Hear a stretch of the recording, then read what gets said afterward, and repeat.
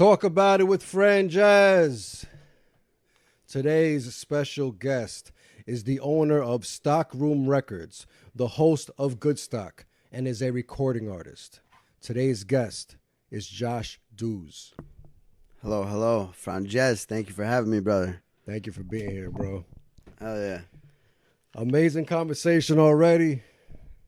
Before we press record, I'm like, we got to just press record. It was getting too deep. Absolutely. So let's start off from the beginning.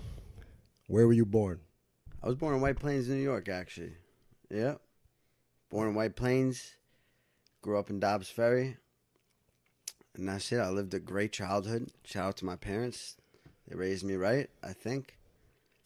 And, yeah, I've been blessed. Nice.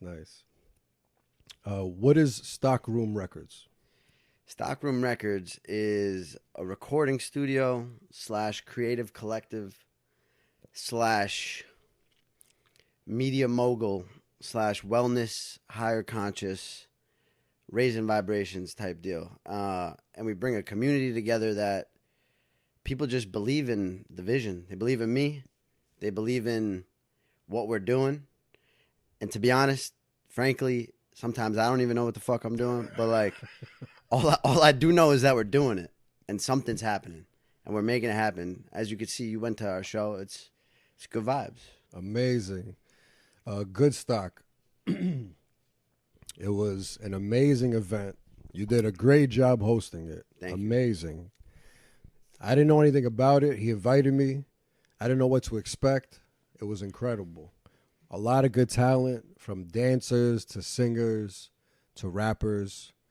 It was incredible. Thank you. Thank you for coming. Honestly, that was awesome. You know what's really what really stood out was your parents were there, your sister, your girl. It was like I had no idea it was going to be that type of event. I thought it was going to be just music, musicians, fans, and that's it. I didn't know family was going to be there. That brought a whole deeper element to the whole night. They come to all my stuff. They come to my open mics. They're my biggest supporters, honestly. And that's beautiful. Yeah, I love them from the bottom of my heart. My whole family. Beautiful. The Doozes. Talia and Juliet, both of my sisters, beautiful women. We just had a beautiful family vacation in Miami. We just came back from. That's where I got the little tan from. And my man. Yeah, no, they're great. They own a dance studio, my parents actually, for 41 years now. Scarsdale, New York. It's called Central Park Dance. And yeah, I guess I grew up behind the scenes of that. Like, they're running a business. Like, now I know what it takes to run a business. I just started one myself. And that shit is not easy at all. Like, trying to manage all this stuff. It's tough managing a girlfriend on top of a business. It's tough managing anything while running a business. It takes over. As you probably know, trying to develop your brand too. Like, it's not easy. You got to go all in. So for my parents to start this business, run it, and let us three wild children like run around in the studio growing up, shout out to them. That's awesome. That is awesome. And it makes sense. That example, got you to where you are now. Mm-hmm. You have to rent your spot. This is your spot. This is your business. You have to run it. You have to have your clientele.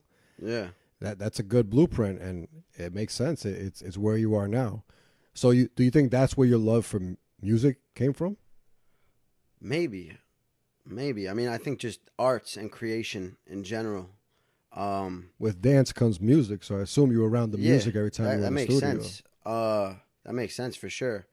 I didn't necessarily get the dancing genes, but like, my man, I could break it down at a wedding or something. I could break it down if necessary. But yeah, I don't know. I grew up just freestyling. I loved like rap and hip hop, and I would always be like, if there was a party going on, I would always be in the room freestyling with people and like putting on a show. And I was probably shit back then, but like, I was just messing around. Like, it's just what happened to me naturally. And I wish I took it more seriously growing up, but I took the sports route all of high school, and I was supposed to wrestle in college. And then in college, I took the partying route. Nice. Yeah. So you did wrestling only in high school, or you did other sports? Yeah, only in high school. No, I did. I played soccer. I love all sports. I would call myself a jack of most trades, master of none. Not only in sports, but like in everything. Yeah. Nice. Yeah, man. Nice. What college you went to? URI, University of Rhode Island. What was your biggest takeaway from that college? Man, college is a scam. That's my biggest takeaway. No, I met some great friends out there. I'm not gonna lie. I wish I applied myself more. Like, I wasn't meant to sit in a classroom. Even from day one of being in college, I would call my mom up and be like, I'm not graduating from here. This is a joke.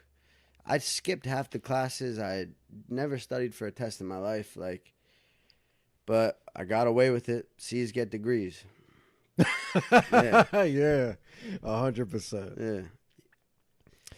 So you mentioned you were into rap. What were your favorite artists coming up? My favorite artist in high school, I guess, Mac Miller's probably one of the most influential, inspiring artists to me personally. He's got me through some dark times, and yeah, I just relate to his music a lot. I don't know why.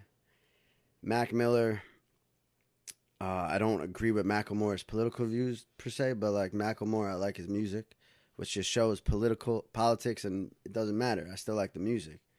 So, yeah, some of that like deep, conscious, spoken word, real talk type stuff, you know? Yeah, I'm a big Mac Miller fan. Yeah, I love that guy. Yeah, likewise. Hell yeah. Likewise. Respect. All the way to the end, I was... Still listen to all of his stuff. Yeah. You know about how his last album, the person he was creating music with dropped that album for him? You know about that? Not necessarily, no. The Circles was the last album he dropped when he was alive. Am I wrong? No, I think you're right. Okay, let's see. Yeah. That had good news on it. Right? That had good news. All right, so Swimming Swimming was the last one he released while he was alive. 2 years later, Circles came out. Circles was, I guess, the music he didn't want to put out. The artist he was working with, that was like a, you know, he was like, I think he was mainly into the instrument side of it. He put that album out. And he was like, this is the last stuff that he worked on. And honestly, that's one of my favorite albums of his. Me too. Because it's the stuff that he didn't even want to put out. It was just his personal stuff. And the whole album maybe has one or two curses in it. Wow. It's crazy. It's beautiful. Circles, you know, you've heard of it. Yeah. It's beautiful. Drawing circles. Yeah. That album is incredible. Yeah, I love art. Yeah, Mac Miller, it was devastating when he passed. Yeah, no, his music has gotten me through some times for sure. I connect with that for some reason. And shout out to his family. They kept his legacy. They keep his legacy alive by still releasing music that he hasn't released, and they do it in a strategic way that's like pretty magnificent, I might say. Yeah, definitely. That's beautiful. Yeah, man. What do you prefer most, writing, recording, or performing? That's a good question, because since starting this business of Stockroom Records, I have had to learn how to manage multiple hats while still going forward to achieve the same goal and the vision that I have up in this crazy mind, you know? And I don't sit down and I'm like, I'm going to write a song. I never do that. I don't think I've ever really done that. Maybe I'll wake up at like 6 a.m. out of bed or something, and I'll get hit with something, and I'll just start typing or writing down. I don't ever like prepare for it. It just, I wait till it hits me. I'm a conduit of some sort, you know? So when I get hit with something, I'll just take it from there. And like, then I'll start building the song off it. I'll write a verse, usually to no beat, usually to nothing. Then I start finding a beat on YouTube. Piper Beats, another shout out, phenomenal producer out there. I like all of his stuff usually, and I usually write to someone of that sort. And I haven't been liking making music to YouTube beats these past few months or so. I've been trying to make all in-house original stuff. So I get my team of musicians that we have in Stockroom. I show them the beat. I show them the verse that I have, and we just make a song. Like the other day, me and Ansa, who's the kid on the keys. I don't know if you remember him. The black kid on the keyboard. He was nasty with it. So he's very good. Yeah, he just came into the studio the other day. I showed him that, and we just made a fucking banger from scratch. Like and we still got to build it. Actually, I'm going to the studio tonight right after this, and I got the whole band coming in, and we're gonna work on that song. And I'm gonna throw a little pizza party for them to watch some of the film of our last Good Stock show. That's amazing. But going back to what you said, I'm a writer at heart. I was a writing major for a little bit in college. I love to write. Sometimes I steer away from it, but I got to find it. You can't ever let it run away, you know? Yeah. I wrote a couple of screenplays and stuff in my life too, and I have a lot of stuff going on here. I just got to get out of my own way and get it to the world. And yeah, I guess music has been the best way for me to speak it out loud and kind of be aware and conscious of what's going on in here and just letting it out and releasing it to the world. And I don't care if my music is bad or good, to be honest. Like, nah, honestly, I do this shit for me. Like, thank you to everyone that comes out to the shows and watches it. But, like, this is therapy for me. And, yeah.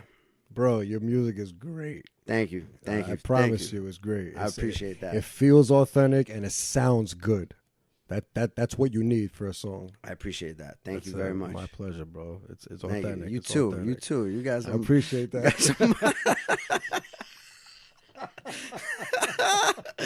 The people that watch the podcast don't know about my music. Hey, this guy's got some bars. Don't let him fool you. Don't let him fool you. He's got it. Nothing crazy. We got to get you in the studio ASAP. Let's do it. Yeah, 100%. Let's do it. So the name Stockroom, where'd that come from? That's actually another great question. You're on it. Actually, when I moved, so I lived in LA for like almost 3 years or so. That's a whole nother story within itself. But I moved back here about 2.5 years ago to New York. I'm from New York, 914. I think it took me to leave New York to realize how fucking special New York is. And there's a bunch of weirdos out there in LA. So, like, yeah, New York is it. New York's in my DNA, kind of. Anyway, I came back, and now I'm back in my parents' house, 27 years old, 26 or whatever. I think 27. I made some money off of AMC stock back in, like, the GameStop, AMC, like, meme. I went all in on that shit. I put my life savings into AMC. I'm not going to say how much I made, but I made a little bit of money. Could have made more, but I was a little too greedy and held on for too long. Anyway, I had some money, and I was like, what the fuck do I do? Do I travel around the world? Do I get a car, a nice apartment? Like, do I invest in something? I didn't know what to do. And I always loved music. I've been making music for the better half of my 20s, going to studios and stuff. So first I started by buying some equipment, and then I actually went into the stock room of my parents' dance studio. They've owned it for 40 years or so, Center Park Dance. And yeah, I cleaned up the whole stock room, and I tried to open a recording studio in the stock room of my parents' dance studio. I don't think my dad understood that I was, like, serious about it. So he was just like, yeah, whatever. Go, do it, whatever you got to do. And then I started putting equipment in there. I was buying shit, and I put it in there. Mic, monitors, like some soundproof. And I started really building it, and I started taking it seriously. And I think I had, like, a couple sessions in there, and my dad was like, nah, you can't be doing that. There's people smoking and drinking, like, this cannot happen. The landlord's not going to be happy about this. So I was like, all right, fuck it. I'm going to get my own spot. So I kept the name Stockroom Records because it was in there, the stockroom of my parents' dance studio. And yeah, I was looking on Facebook Marketplace, and this like realtor or whatever showed me the space. I went in, signed the lease the same day spontaneously, and that was it. That's the birth. That's how Stockroom Records happened. That's an amazing origin, bro. I love that. I love how it makes sense, because sometimes it just sounds good together. People just make a name up, but the depth of that is beautiful. Literally birthed from your parents' business. Yeah, kind That's the most beautiful thing, you know? Yeah. It started next door to your parents' business. In the stockroom of it. That's it. That's amazing. The plan with that fell through, but the name, the dream, the vision, that all stuck. And that continues to stick. That's amazing. Yeah. What made me really want to ask that question, when you were talking about you don't want to use YouTube videos for the past few months, you said you want to in stock. Yeah. The way you said it, it just sounded like, oh yeah, we have it in stock. You said I didn't want to go on YouTube. I wanted to go in stock. That's right. We got it in stock. We don't need to go nowhere else. Yeah, we got it in stock. We don't need to go anywhere else. That's it. I want everything to be in house. That's what it is. In stock. Amazing. That's good stock. I love that. Good stock. Great segue. Let's talk about good stock, man. Yeah. How did that come about? Another funny story. While amongst living in LA during the pandemic times and stuff like that, so the world locked down and got all crazy. Anyway, we were hanging out and partying every night there in LA. That's another story, the LA Times. But where the name came from, my neighbor Philip Watt, who's an actor and a very good trumpet player. He's been to Stockroom Records. He just would always be like, good stock, good stock, good stock. That's good stock, good stock. Unknowingly, 3 years later, here, I start a record label recording studio called Stockroom Records. What was he saying good stock about? Just like anytime someone would say something like good, or like there would be like a good moment, he'd be like, that's good stock, good stock, good stock, good stock. Oh, I like that. So he just, I don't know why, he'd just be like, that's good stock, good stock. And the way he said it, like, it was funny. He's a character and a half. But, and then he came down to Stockroom Records and he just kept saying it. And I don't know, just that stuck as well. And then like throwing the shows, I was like, Woodstock, good stock. So I threw the show, good stock 23, good stock 24. That's what I thought when I first saw the name. Yeah. And me knowing it's music performances, I automatically thought, oh, it's a play on Woodstock. And then it being Stockroom, I'm like, oh, that's awesome. Yeah. But now the depth of it makes it even better. It all works even, yeah.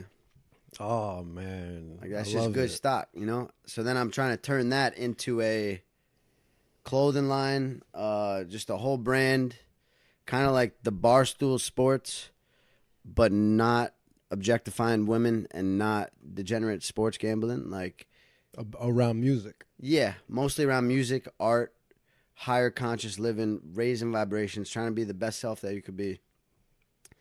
Funny stuff, like, you know, just because we're raising vibrations and trying to be better doesn't mean we can't be funny and silly and shit, you know? So, just... Speaking of those high vibrations. Yeah, talk to me. Talk about it. I heard one of your lyrics, you mentioned mushrooms. Yeah. It was, you know, a lot of music I feel like is love music. It was one of the love songs. I forgot the title, but you mentioned mushrooms. Let's talk about your experiences. Yeah. I'm an advocate for psychedelics. I sure am. I went through a phase where, I was dabbling with mushrooms a little bit, and I would kind of microdose them periodically throughout the week, 8 days out of the week or so. Every now and then, I never like to like melt my face, you know? Yeah. I never like to like melt my face, you know? I just like to like kind of get in that realm. So yeah, I've had a great experience with shrooms. They kind of open me up, make me a little more loving, a little more open, a little not as uptight. Thank you, sir. And just, I think they're a great tool. Not necessarily the answer by any means, but I think they're a great tool to open up different portals in your mind to that you wouldn't have accessed prior to taking a little bit of psilocybin mushrooms. So I'm just all about kind of elevating and trying to get new information from the abyss or wherever it is, you know? Yeah, they say the psilocybin kind of like rewires your brain or something like that. Because your brain is wired the way it's wired, you know? And if you don't ever rewire it, you're going to have the same mindset and you're going to see the world the exact same way for the rest of your life. And it helps you rewire it and get rid of the stuff that doesn't matter. 100%. You agree? It does not solve the answers, though. Like, to come back and integrate it into society, like psychedelics in general. I did ayahuasca in Peru, actually. Talk about it. And that shit was fucking insane. That was nuts. You get catapulted to a whole nother world. You're literally communicating with some sort of entities or something. People on there are going to think I'm crazy by talking about it. Of course. But, you know, I know what happened, and I know it's engulfed inside of me. And the people that get it might get it.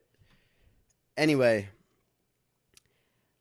when I came back, my parents, my sisters, they all said, this is the clearest and most profound I've ever heard you speak. And, like, you were on it. You're just on the ball. And I was clear. But then I came back to society and trying to, like, integrate all that you've learned back into society is the hardest part. Like, I think society wants us to operate at a low vibration. When you say society, is it what modern day people call the matrix? Perhaps. You know what I mean? The everyday hustle and bustle. Yeah, it's from everything. Whether it's on the TV and advertisement getting shown to us, you're on Instagram, what you're seeing from these influencers, sports games, like whatever it is, they're advertising sports betting websites like out the fucking ass now. Like they're trying to keep everyone, and they're trying to keep everyone like operating down here. And don't get me wrong, I dabble. Like, I think alcohol is also like a divider between you and the higher source and the spirit. I still dabble. I still drink. I'm not going to lie. I've toned it down a lot, but I'm human, right? You know, I'm human. But I think it's a little bit of a numbing factor and distracting you from your higher self or your... When I say higher self, that sounds fucking... Everyone's going to be like, oh, fuck this guy. Yeah, it sounds like mystical. That's not what I'm trying to say. Higher self is the best version you can be. Yeah. Like if you were optimal, if you had the best sleep and you were healthy. That's what I'm trying to say. We know what the answers are. We know just eat better, do less bad things, and do more good things. Like, for us, that's it. We know Everybody knows that. We know what the answers are, but somehow... we still like get in our way a little bit because the good way is not fun. That's the good a way fact. The good way doesn't taste good. No, the good way doesn't feel good. The good way is not fun. Go to sleep early. Drink water. You know, like eat vegetables and shit. You know that stuff is boring. Yeah, no, you're right. But that's the way to your higher self. I don't know about all that. I don't know. That's true, though. I don't know anything. To constantly do what's right for yourself is the way to your higher self. Even if it's just eating better, that's the way to your better health. Is what I mean. Working out, clearing the mind, meditating more, drinking less. Like just you know the things. Everybody knows the. Everybody knows the things that it is. So like, just do more of the good things. Listen to the good voice. More to the good voice, less to the bad voice. That's it. The bad voice still creeps in. I'm not going to lie. He talks to me. The bad voice is fun. The bad voice is, Let's fucking go. Come on, throw a little parlay on this game, yo. Come on, let's make it rain a little bit. You know you want a cheeseburger, fries, a Diet Coke, and 4 beers. Let's go. Make it rain. Come on, have a fuck it. Have a couple of drinks, will ya?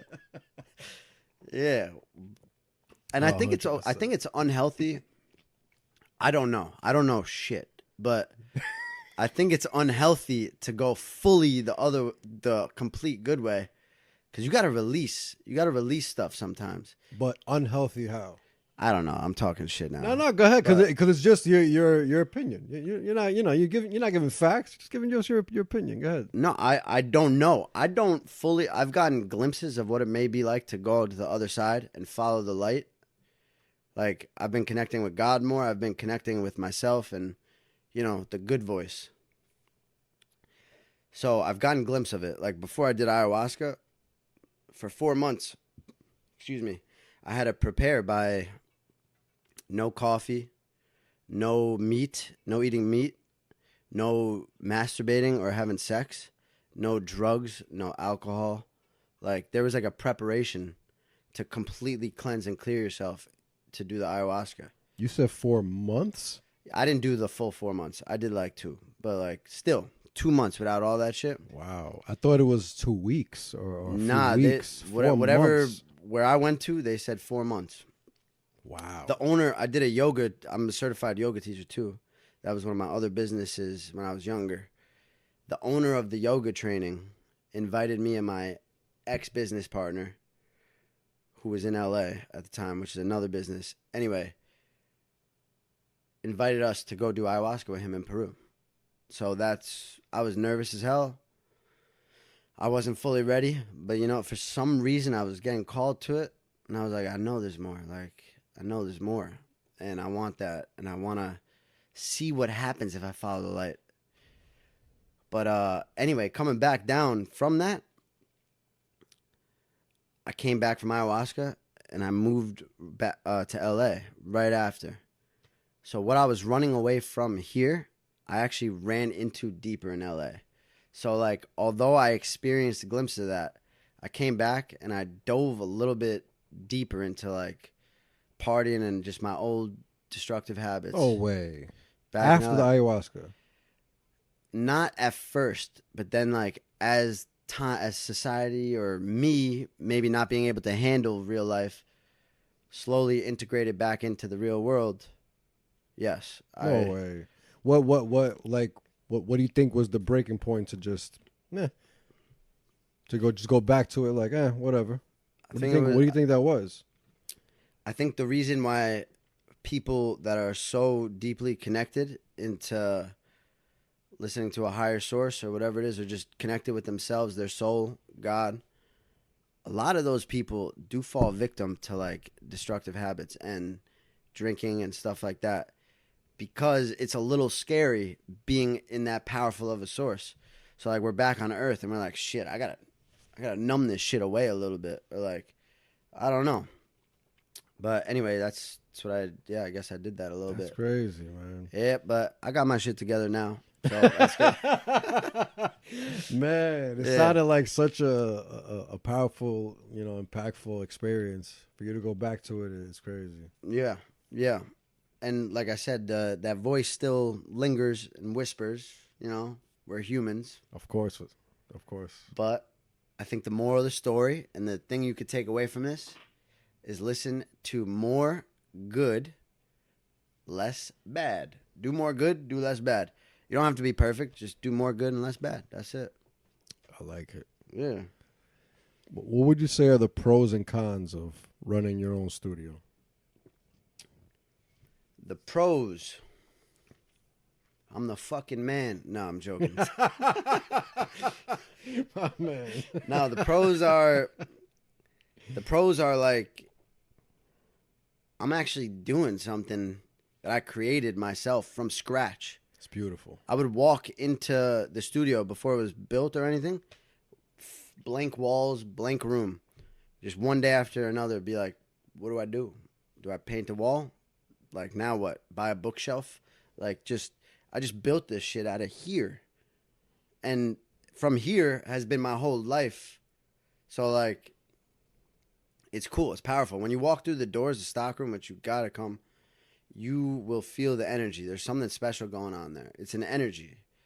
And the pros of having it is that I created this. I'm providing a space for other people to kind of drop their guard a little bit, feel comfortable. The main thing I push is like no judgment. Let your best. You can get your best shit by accessing just like a non-judgment point of being, like no nervousness, just relax, make some music, create, let it out on the microphone, drink some tea. I have everyone drinking tea when they come in the Stockroom. But I guess the pros of it are like seeing people like find themselves almost and like make their best art, create their best art, and just like find confidence. And it's a lot of responsibility on me because in order for Stockroom to succeed, I have now accepted that I'm the leader and I have to be the best me that I could be because it's bigger than just me right now. At first, I opened it up just to be like, I got to get out of my parents' place. I got to, I just want a spot that I could maybe live in and own a business at. So that was kind of it at first, but don't tell the landlord that. Anyway. Nice. Yeah. But then it turned bigger than me. Then people really started believing in me and believing in the vision. And shit, now it's not just for me. It's for all of them. It's for the people that didn't know they had it or knew they had it in them, but never had a place or a community to express themselves and let it out. So, yeah, that's a pro to see that. The con is that a lot of responsibility is on me, and yeah. But like what? Like to pay the nothing, bills? Yeah, that, and if nothing happens, if no one's doing anything, nothing's happening. Like I have people that work for me and interns and stuff, and I gotta give them work and stuff to do, and like. If I'm waking up tired and out of it, like, that's why I cut my drinking down a lot. Because, like, if I'm waking up, I can't be running this business and saying to do all the things I got to do while being hungover and shit, But anyways. And the late nights, too. The late nights I've steered away from a little bit. The other cons are if you have a significant other, it almost feels like you're cheating on them with your business. Because, like, dude, I'm sorry. I love you, but, like, that's Stockroom Records, good stock, my vision. That's what I got to do it. I feel it, and it's got to happen. And people are relying on me. It's bigger than just me. But the other con of it, from a more selfish point, when I'm in business, like, marketing promo mode, but I kind of steer. I go a little further away from artist mode. And like, I don't know. Yeah, artist mode, I guess. It's hard to balance all the hats. When you first start a business, just you two, like, it's really tough to balance all the hats. So that's a con. I've been trying to figure out the balance of that. How long you been doing it? Stockroom Records has been open for a little over 2 years. You're balancing it good then. Yep. 2 years is strong. Yeah, and like the last 4 or 5 months have been the first 4 or 5 months where it's completely in the green, able to pay all the bills. I used to like work another side job to like make ends meet and like keep the doors open of this business. I'd be busting my ass just to keep the doors open. But like the past 4 or 5 months, it's able to survive and not necessarily thrive financially. We're thriving creatively and like, life wise, but yeah, it's been able to survive for the past 4 months. So awesome. Cool. You ever had any celebrities stop by the studio? Not necessarily. Right. Jadakiss came to our one of our shows. No way. Yeah. Wow. Good Stock 23 back in May. I had it at a different venue in White Plains. He was at the show for like 45 minutes to an hour. Wow. I talked to him a little bit. So he was there. What do you think about Jadakiss? Great guy. No, I mean his artistry. Dog, he's got New York 914 blood inside. That's in his DNA. He's an inspiration to 914. And like people like you, people like me, like other people trying to put 914 on the map. Like, you know, Jadakiss is one of the GOATs. He's one of the GOATs out there. He definitely is. Yeah. You like Jadakiss? I think he's top 5, one of the best ever. Rappers. Really? 100%. Shit, cool guy too. There's no you can't point out one weak verse from him. You're right. He's strong. He's got that gravel in his voice, dude. And he just has the passion to make everything he puts out quality. That's the main thing. 100%. Yeah, he never does it for like a check or, you know, he's just himself and he kills it every verse. He's outside. Like he's outside. He was just randomly at our fucking show. Who are we? You know? That's beautiful. Yeah. My man. No one else really too famous. Like I'm sure there's been like some C-listers. Robert Taylor Jr. He's pretty big in the Broadway dance industry. Was that the guy that did the Michael Yeah. Jackson? Whew. Yeah, he's the real deal. What a performance. Mm-hmm. My man. He worked alongside Michael Jackson too. Yeah. Wow. My man. And Rihanna. Yeah. Damn. Dude has been everywhere. If there's a gig, he's there. My ex-girlfriend was on Broadway, but that's the last that I'll talk of that. Yeah. So I guess that's she did her thing, you know. Nice. Yeah.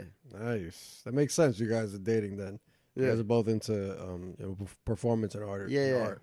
And there's been some like other people that have good followings and stuff, but no one really too famous. Right. What about you? There's been some famous people on here? Don't. Soon to be famous, I'm sure. You know, if I have to go down the list and think of the person that is the most known, I had this guy Mighty Mouse. Yeah? He runs the UFL, Ultimate Fighting League, and he lives in Las Vegas, and he was in the Bronx. He was running some boxing event. He was the host, a co-host for the boxing event, and I hit him up like, yo, while you're in town, you know, I would love to interview you. And I got him. It's not on this podcast. It's on my other podcast. It's called Interview with Franjez, where it's like it's just like a little more strict to like a specific questions, and that's it. It's just question. Thank you for watching. I'm out. This was more loose. We could talk about anything and chill. And I got him on that.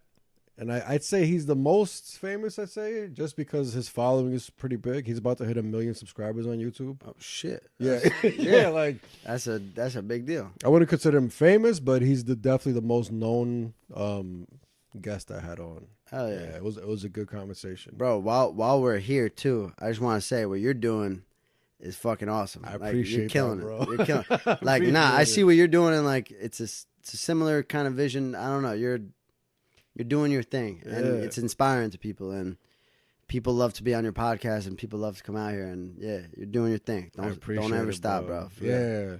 I enjoy this shit, bro. Yeah. I grew up watching interviews of like artists that I even like celebrities, any type of like, you know, actor, anybody. I love interviews. I love digging in deep, and people that are artists wear their heart on their sleeve a little more. People that are creative, even actors, anybody that's creative, they're tapping into who they really are. People that aren't creative and don't tap into that, they're more of the matrix, what they call, where they just going by what society says. We need those people. Like David Goggins said it. He was like, we need doctors, we need lawyers, we need the firefighters, we need the artists. Like we need all those people. Needed. Yeah, everybody's needed. Yeah, 100%. To be an artist or like whatever we are, it's a blessing and a curse. Like, what's the curse though? It's to me, I feel like it's therapy, and it's also like tapping into your inner child. You're still just letting loose and doing what you love. There's no really curse. Yeah. I guess the curse.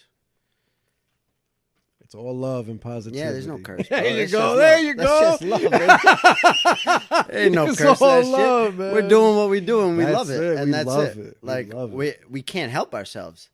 I think that's what I would have thought the curse was. Is that like we can't help ourselves but to Yeah. create Yeah. and make art. Like Yeah.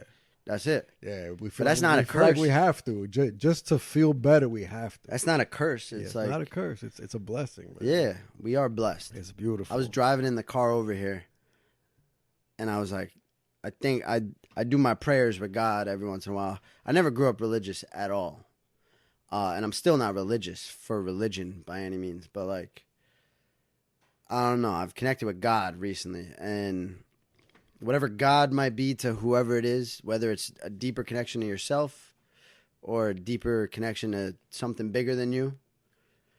I don't know. I was just connecting with God, and I was like, "Thank you." Like I am blessed as I'm so blessed. Like you put me into a beautiful family, raised me right, and opened up doors for me. You showed me the light. Like it's great. I don't know where that just came from. It might have came from God. But, and you're doing Yeah. what you love. That's the Yeah. most important thing. Because you could still have the best upbringing and you love everything about how your family and life came out, but you could still be doing something you don't love. And on top of everything, you do what you love. That's beautiful. And I don't think Stockroom is the end all be all. Like I am not a master of music by any means. The people that work for me are way better at music than me. But I think I've spearheaded a great little community, and I don't know. I think I just have good energy. And It's like a safe safe Yeah. space. Yeah. You're going to run into people that are less talented than you and way more talented than you. But you gave these people a space to feel comfortable, to open up and be themselves. That's beautiful, man. Yeah. 100% beautiful. Absolutely. You were the best of Mamaroneck recording studio winner. Yeah. That's beautiful. What is that? What is that exactly? I don't know. Somewhere in Westchester, just like I don't know. Somewhere in Westchester, thinks I'm the best. Mamaroneck. Yeah. They The town of think you're the Mamaroneck. best? They thought I was the best recording studio in Mamaroneck, which I think I'm the only recording studio in Mamaroneck. But you should win every year then. yeah, but anybody else that's in Mamaroneck, you know what you got to deal with. This is the best of the best. That's Stockroom Records. No, but on a serious note, not so serious. We can't take ourselves seriously. Never.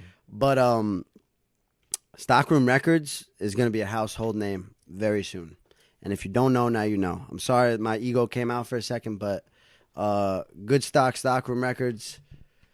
We're trying to make something impactful, and we're trying to do something really, I don't know, just influential and like a little. We're not abiding by any rules of the music industry or anything. We're literally just having fun and doing what we do, and hopefully,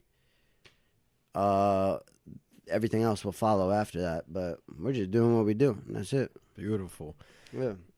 So we know what the origin of Good Stock. We know the origin of Stockroom. When you put records at the end of it, do you want to eventually have a record label? Yeah. So I didn't want to limit it to like just recording studio or whatever it is. So yeah, we are semi-functioning as a recording record label. Me being the first artist that signed under Stockroom. And I have a couple, like probably 3 or 4 other artists that they sign up for it's called like a personalized artist growth bundle, where we kind of put together like a customized package for them to grow as an artist. We help them distribute, we help them market their music, make content, whatever it is. We help make the music. We're in there grinding with them. That's like our day job. That's what we do. So we are functioning as a record label. We actually just got a publishing deal for sync licensing. Shout out to Jeff Aber with Tompkins Farm Music. I hope I said that right. I don't think I said that right. But Jeff Aber's a guy. Dude, he just walked by the studio. He lives in Mamaroneck. Took one of my business cards, called me one day. We were playing phone tag for a little bit. I was being pretty, then like I heard We finally got connected. Came in. Then I was being very persistent and like kept getting him. I was just like, yo, when are we doing this? Like in a not annoying way, but I was semi-persistent. And you gotta be 100%. You gotta get what you want by that way. Anyway, you gotta hover between the line of like being persistent and knowing when you hit annoying. Yeah. And like right below annoying. Right below annoying. Yeah. Exactly. But long story short, we just fucking came to a deal, and we came to an agreement. So nice. He's gonna publish our music for like movies, TV commercials, ads, shows, advertisement, whatever it is, and hopefully we'll both make each other some money off of that. That'll bring Stockroom some revenue and keep us working. That's amazing. That's very amazing. Networking is everything. Yep. You mentioned God a couple times. Yeah. So you're not religious. So what is God to you? God is, I don't know. You can't define God. You can't put like really, what is God? He's not a person. It's not a thing, but it's something when you close your eyes and just breathe and try to connect. Like I have these crystals kind of on my room that I like put my hands on and I feel the chi. So whether God is from deep within me, like somewhere in here, how I know I'm connected with God is when I like do this and I could feel the chi moving like in my hands. It's like a ball of energy. It's like a feeling. But anyway, I steer away from God sometimes. Don't we all, right? Sometimes. Anyway, I don't really know how to define him, but I know that I'm trying to connect with it or whatever it is more. And whether it's God, a being, or it's me, deeper within myself, I'm just trying to connect with that more. Because I know when I connect with that more, things are just like, shit, all right, it's all right. Like, everything is just all right. Breathe. Relax your shoulders. Feel me? I like it. Who's the first person you think of when you think of success? My dad. Absolutely. My dad, 100%. My dad came from Israel to here and my mom too. But like my dad came from Israel to America after living with not even a roof over his head in Israel. Like 9 siblings, used to have to go to markets and like steal food to feed his family. Like really, that dude seen it all. Was in the army, was in everything. And then he came here to America with like not a penny to his name. Literally with nothing. And he maneuvered his way around, worked his way up, came to New York City. He was actually the promoter of Studio 54. Do you know Studio 54? Hell yeah. Yeah, he was like the promoter, the guy of Studio 54. Wow. And yeah, Mario Lestrada, that's my dog. I love you. He killed it. He's amazing. He's the man.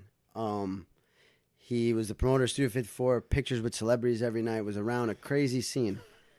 Every night of his life, promoting parties. They call it before Maria and after Maria. Maria is my mom's name. My dad's name's Mario. So then he met my mom, fell in love with my mom in New York City. My mom is a ballerina, a dancer. Therefore, they got engaged like 3 months later after they met. It was crazy. And then they opened a dance studio together came to Westchester. So my dad is the definition of success. Coming from absolutely nothing but love. Nothing financially, but like he had a lot of love, big family, And he came here, made something out of himself. The American dream, right? Found a beautiful Italian wife, the mother of me.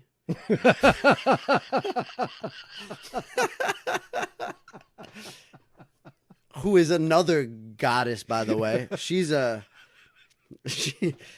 goddess in her own terms. Like she she's the most giving, beautiful woman of all. Like, she's special. She calls herself an alien. My family's a little weird, but we're like, I don't know, we're unique, you might say.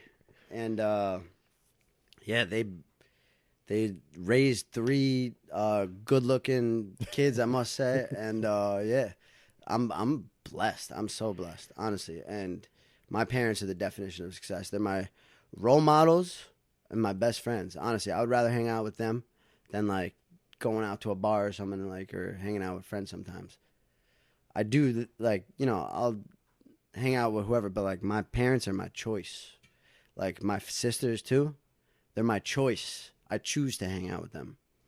Yeah. That's beautiful, man. I'm very happy for you. That's really, really beautiful. Yeah, it's special. Family is everything. Everybody else is temporary, but you always have those core That's people. our tribe, man. That's our tribe. That's our tribe, and that's, I think, shaped the way that I am and I will be. Amazing. Like, I moved to LA. I was out there for 2.5, almost 3 years, and I was, call me a mama's boy, but like I moved back because I miss my mom and my family. Like, I missed my family. You know, why am I leaving my people? This is my people. This is my tribe. I got to be here with them. Yeah. So that's what I think of when I think of success. That's beautiful. I love it. Yeah. Your family sounds beautiful. Hell yeah. Amazing. Thank you. As a kid, what did you want to be when you grew up? Man, I was always like playing with wrestling figures and cars, and I would throw a ball up to myself and catch it. I don't know. I was into sports when I was younger, big time. I have no idea what I wanted to be. I still don't know what I want to be. I'm 29 years old. I don't know what I want to be.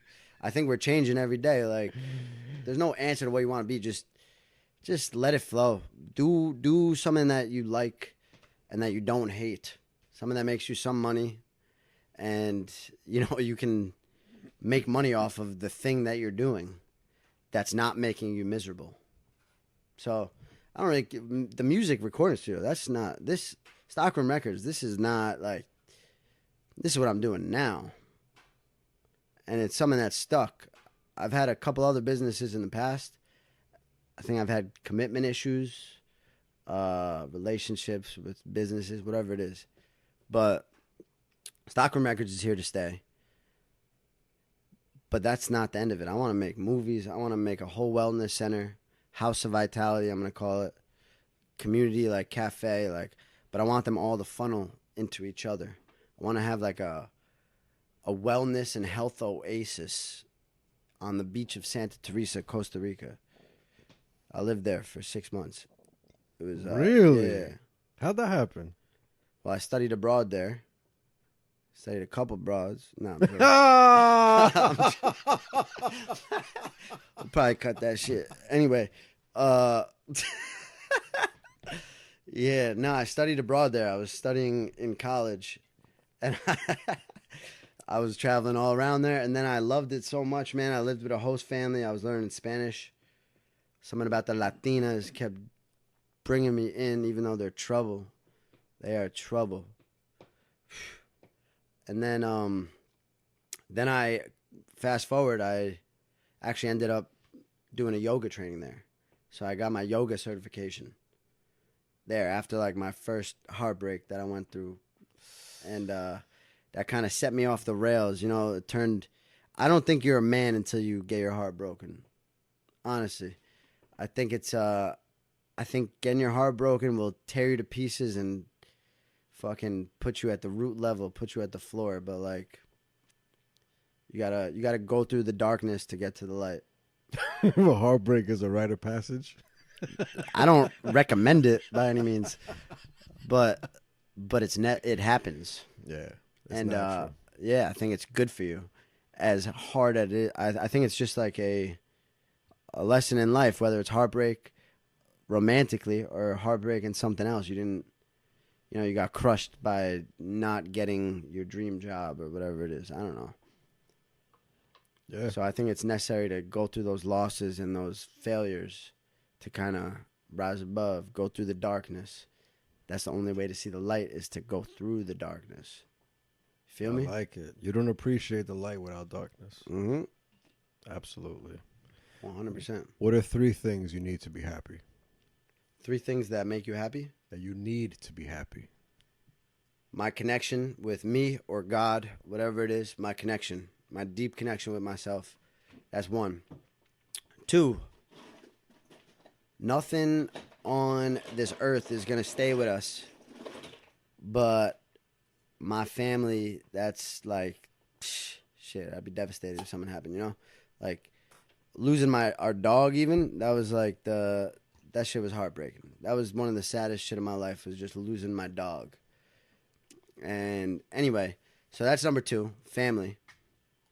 And number 3, just some damn peace. Just some peace of mind. Silence. I kind of like the silence. Quietness and I want my shoulders to be relaxed. How are your shoulders? Right now they seem a little up, but Yeah. but I do notice sometimes, like when I'm a little tense, I have to consciously tell myself, okay, relax your muscles. Yeah. 100%. Because automatically you're like, you automatically put your shoulders up to do anything. Dude, it's hard to relax your When shoulders. you're relaxing, you need to literally consciously relax your muscles. Yeah. Consciously, or else you're not going to be Absolutely. relaxed. Yeah. I just want my shoulders to be relaxed. I want to be limber and loose and like just happy with the financial freedom to not stress about money and things. You know? I like it. Like getting hella wealthy and rich is not my goal.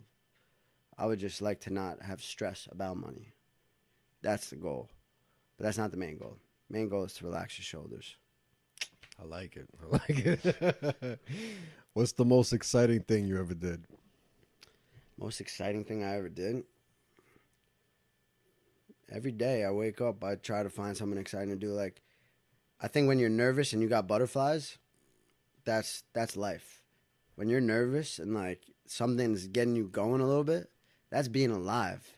Like, I'm not going to lie. I'm just coming on a podcast, talk to you. There's a little nervousness coming in. Of course. First time ever doing it. Do you feel nervous at all when you talk? Like before meeting someone, going to do a podcast? When it's a new person, absolutely. Yeah. Like, I only met you at, it was like a party scene when we met. You know, Yeah. music is loud. Everybody's walking around, Yeah. bumping us. It's just yeah. chaos. So we didn't really meet. So today was more like, you know what? It's just going to be me and you in a room. So, yeah, there's a level of nervousness, 100%. Yeah. I think that's good. I think that's like means you're doing something that's like 100%. getting you out of your comfort zone a little bit, something that's making you feel alive, I guess. So That's what it is, getting out of your comfort zone. yeah. Your comfort zone, you'll never grow. There's many corny quotes about that, but it's 100% true. Absolutely. Those cliche quotes are so true, but people look them over because they're boring. Whatever. Comfortability is not good. No, get out of that shit. Change it out of up. You get a ham, egg, and cheese every day. Switch it up. Get a bacon, egg, and cheese, will you? You know? Switch the ham for bacon. Switch that shit up. Seriously. Dude, switch it up. Switch Amazing. it up. Change it up. I like it. As you get older, what has become more important and less important?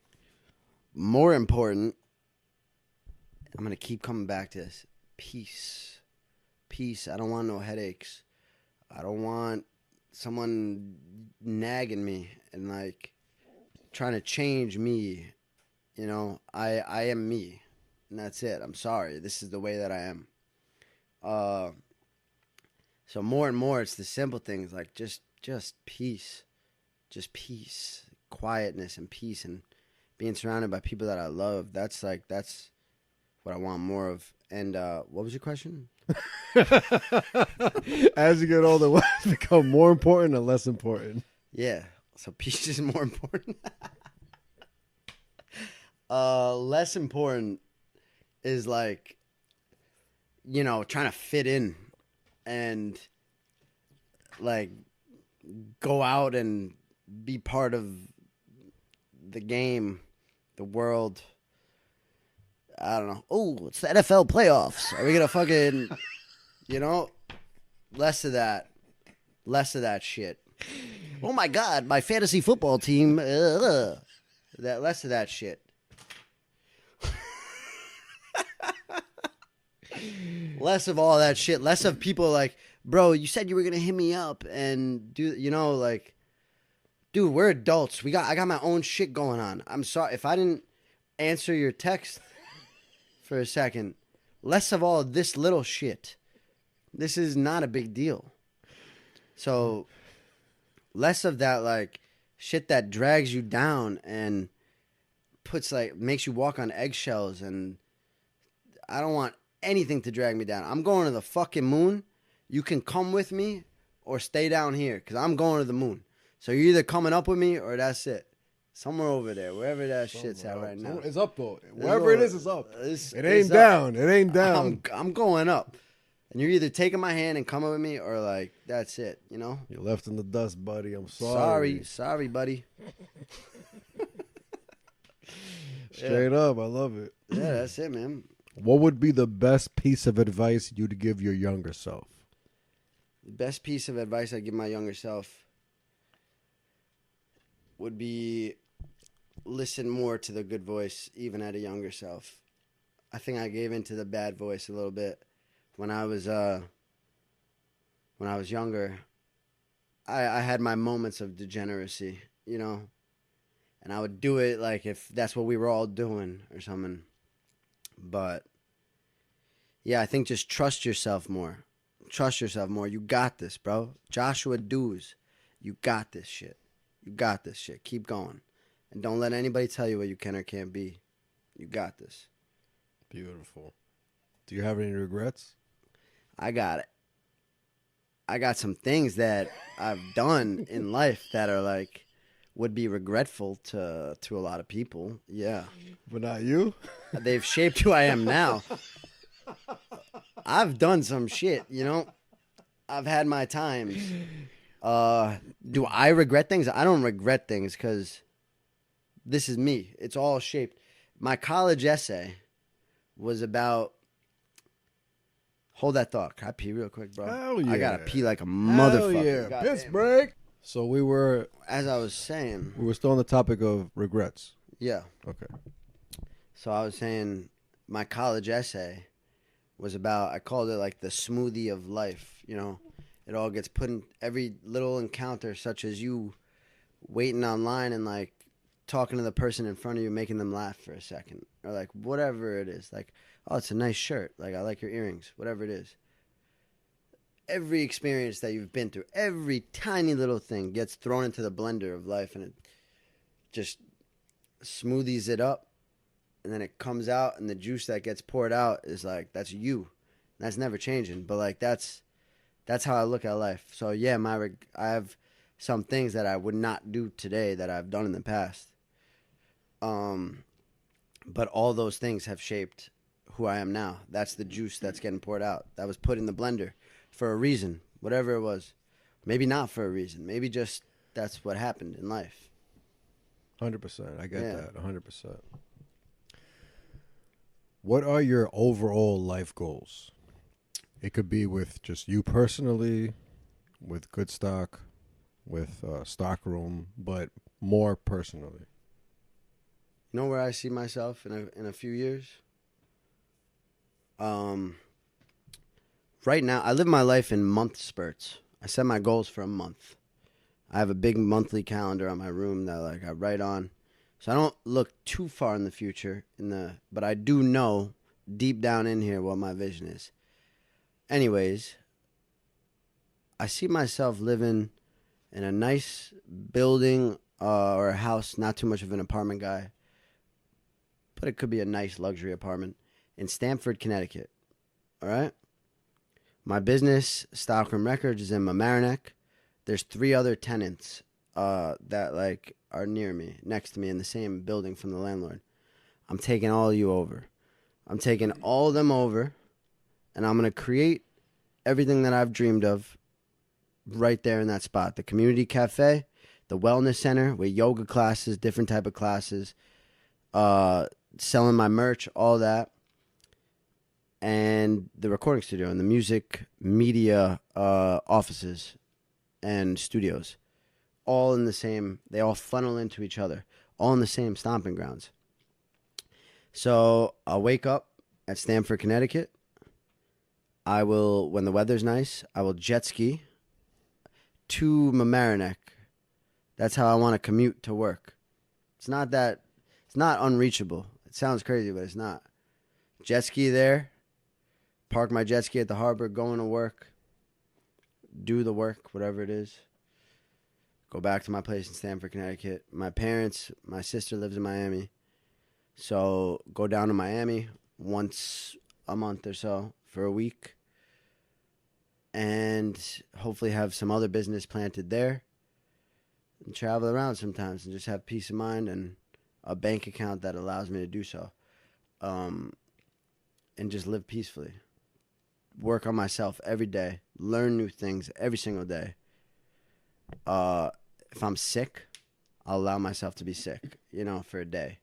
But then, you snap out of it. I don't allow myself to sulk in, low vibration shit. I'll do it for, a day or two. Then I'll look myself in the mirror and be like, let's fucking go. Come on. So, yeah. I don't know why I just mapped that out, but, I want to do good things like that. Go on hikes, kayak, be with nature. Be with myself, connect deeper, do weird shit. I don't know. Out of the box shit. Connect with people and just kind of be a little different. Be a little unique. Be yourself. Wherever life takes as long as you're yourself, you're unique. That's it. I just want to be fully me, Yeah. And I want to operate at a optimal level most of the time. I don't want to be feeling shitty. That's it. I just want to feel good. So whatever I could do to feel good, the business, the material success, all of that, that's all, that's not the main goals of all that. So that's my life goals, is to feel good, be at peace, still be talking to my family. Hopefully my parents live to at least 100 years old, maybe more. My dad is a healthy man. They're both very healthy. Yeah. God bless. God bless. We're nearing the end of the podcast. This is where you can let the people know where they can find you, what you have coming up, and if you have any advice you'd like to drop the viewers. Yeah. My name is Josh Dooz. Josh, Dooz. You look that up anywhere. That's where you'll find me. My business that I own is called Stockroom Records. The Instagram is Stockroom Records 914. Home of the good stock movement. That's where you can find me. The advice I give you, take a deep breath and relax your fucking shoulders, will you? That's it. And thank you to Franjez. We talked about it. That we definitely did. That's my guy. That was a fun time. Thank you for having me. Shit, I see us maybe connecting in the future on a bunch of shit, whatever it is. I just want to keep making art, keep creating. That's it. To everybody out there, keep creating. Don't let anybody tell you what you can or can't do. You trust yourself. You know what's good deep down in here. Listen to the good voice. Shoo that bad voice away like a fucking fly. Shoo that shit away. Listen to your good voice and keep doing what you're doing. Keep going. You can do it. I trust you. I believe in you. We all know right from wrong. That's a Do fact. more right than wrong. Mm-hmm. Dooz, the Dooz family, you're beautiful. Josh Dooz, thank you very much for being the guest on my show. Thank you, everybody, for watching. Please give it a thumbs up. Please give it a comment. Please subscribe. We're on Spotify. We're on Apple Podcast. Peace and love. This guy's the GOAT. This guy is the GOAT. Franjez, talk about it. To life.